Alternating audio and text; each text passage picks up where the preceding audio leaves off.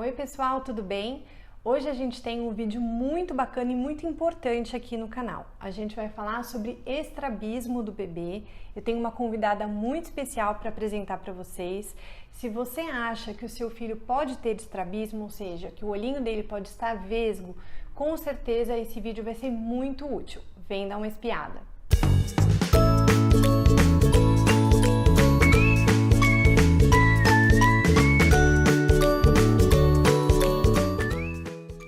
Então, em primeiro lugar, eu quero apresentar para vocês a doutora Andrea Greco Miller. Ela é médica oftalmologista, especialista em estrabismo, ou seja, a pessoa perfeita para discutir esse assunto com a gente aqui. Eu tenho certeza que ela vai trazer muitas informações úteis para você. Obrigada pelo convite, Nive. É um prazer estar aqui com vocês. Ah, que ótimo.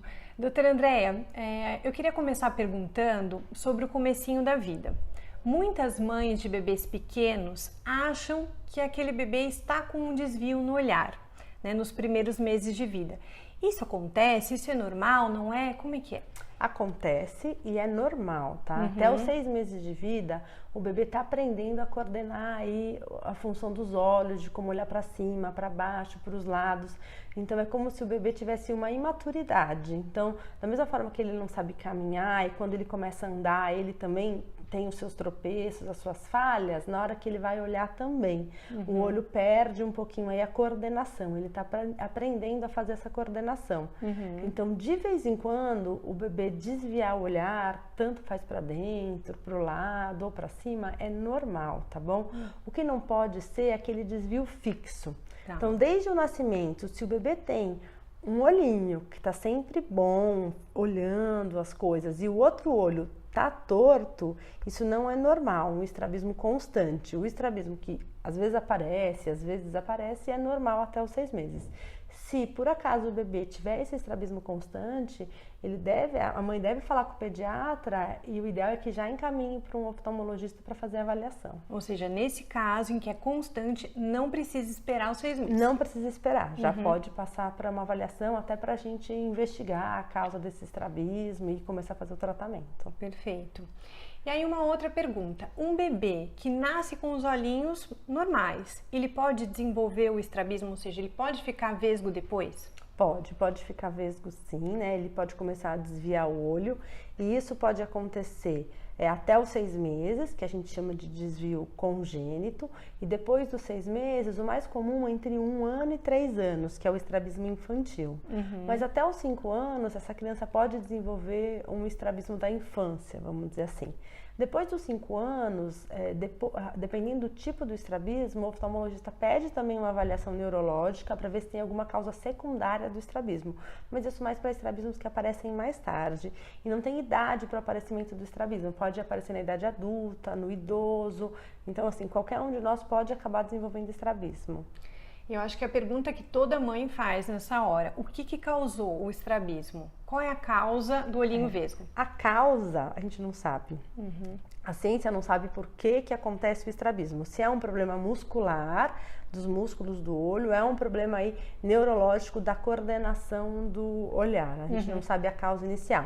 Então não foi nada que a mãe fez na gravidez, que a mãe comeu, ou o estresse que a mãe passou. A mãe não precisa, a mãe sempre se culpa, não tem culpa nenhuma, acho que é né? importante falar sobre isso, né? Porque a mãe é a primeira a se culpar achando que ela fez alguma coisa de errado. Exatamente. Então assim, não tem nada. Se você ouvir porque ficou estrago por causa disso, daquilo, não tem culpa nenhuma na mãe. Tem o fator genético, como tudo no organismo, tá? Então, assim, se você tem alguém na sua família que tem estrabismo, o pai da criança, a mãe da criança, um irmão da criança, ou um tio aí de primeiro grau que tem estrabismo, tem mais chance da criança ser estrábica, mas não quer dizer que ela vai ser, tá? Além disso, crianças que nasceram prematuras também têm um pouco mais de chance de ter estrabismo. Crianças com algumas síndromes, como síndrome de Down, também têm mais chance de ter estrabismo. E crianças que têm altos erros refracionais, que a gente chama. Então, crianças, por exemplo, que têm alta hipermetropia. Essa hipermetropia pode ser a causa do estrabismo. Então, tem algumas pequenas causas para a gente investigar. E agora falando em tratamento, né? Quais são os tratamentos do estrabismo? É o óculos, é o tampão, é a cirurgia? Como é que é? Então depende muito do tipo do estrabismo. Então tem alguns estrabismos que vão melhorar só com tratamento clínico, que seria o óculos. ou outros estrabismos que só vão melhorar com tratamento cirúrgico. Às vezes, numa primeira consulta, a gente já consegue detectar se a criança vai se beneficiar do tratamento clínico ou ela vai precisar do tratamento cirúrgico. E na maioria dos casos, a gente acaba, às vezes, fazendo o tratamento clínico e o tratamento cirúrgico. O tratamento clínico se baseia do quê? A primeira coisa é se a criança precisa ou não usar óculos. Muitas vezes só com óculos, dependendo do tipo do estrabismo, a gente consegue resolver o problema apenas com o uso do óculos, tá? A maioria dos estrabismos também vai ter o tratamento clínico com o tampão, mas as mães às vezes fazem confusão, porque elas falam, meu filho está usando tampão, mas não está melhorando o estrabismo. O objetivo do tampão não é melhorar o estrabismo. Alguns tipos especiais de estrabismo até podem se beneficiar do tampão, mas a maioria, o objetivo do tampão é o tratamento da ambliopia. E o que é a ambliopia? É o olho preguiçoso. Então, a criança, quando ela nasce, ela vai aprender a enxergar. Isso acontece do 0 até os 7 anos.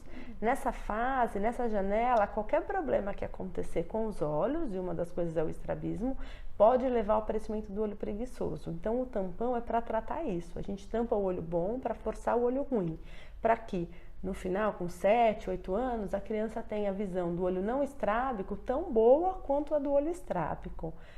Então, o tratamento do tampão é super importante. É um tratamento assim, funcional, vamos dizer, mais importante que a gente faz para a criança.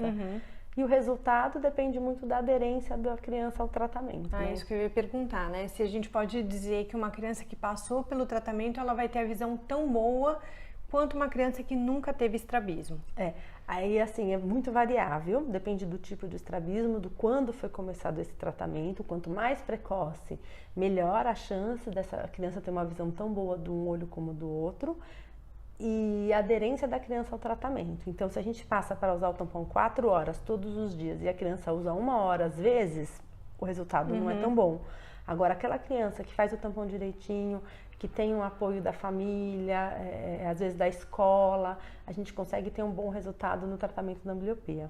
Então, eu vou deixar, gente, o contato da doutora Andréa na descrição desse vídeo, vou deixar o site dela. Então, se você precisar entrar em contato com um profissional, e é sempre importante entrar em contato com um profissional, de preferência especialista em estrabismo, né, Sim, doutora? a gente tem os oftalmos pediatras, que podem ou não ser especialistas em estrabismo, que também são oftalmologistas adequados para fazer esse tratamento, ou os especialistas em estrabismo. Ótimo, então aí você já tem um ótimo contato aqui na descrição do vídeo. Doutora Andréa, muito obrigada por todas as informações, eu tenho certeza que elas vão ser muito úteis para muitas mães que acompanham o canal. Sigam o nosso canal, a gente tem sempre um vídeo bacana por aqui. E obrigada pelo convite mais uma vez, Nívia. Obrigada.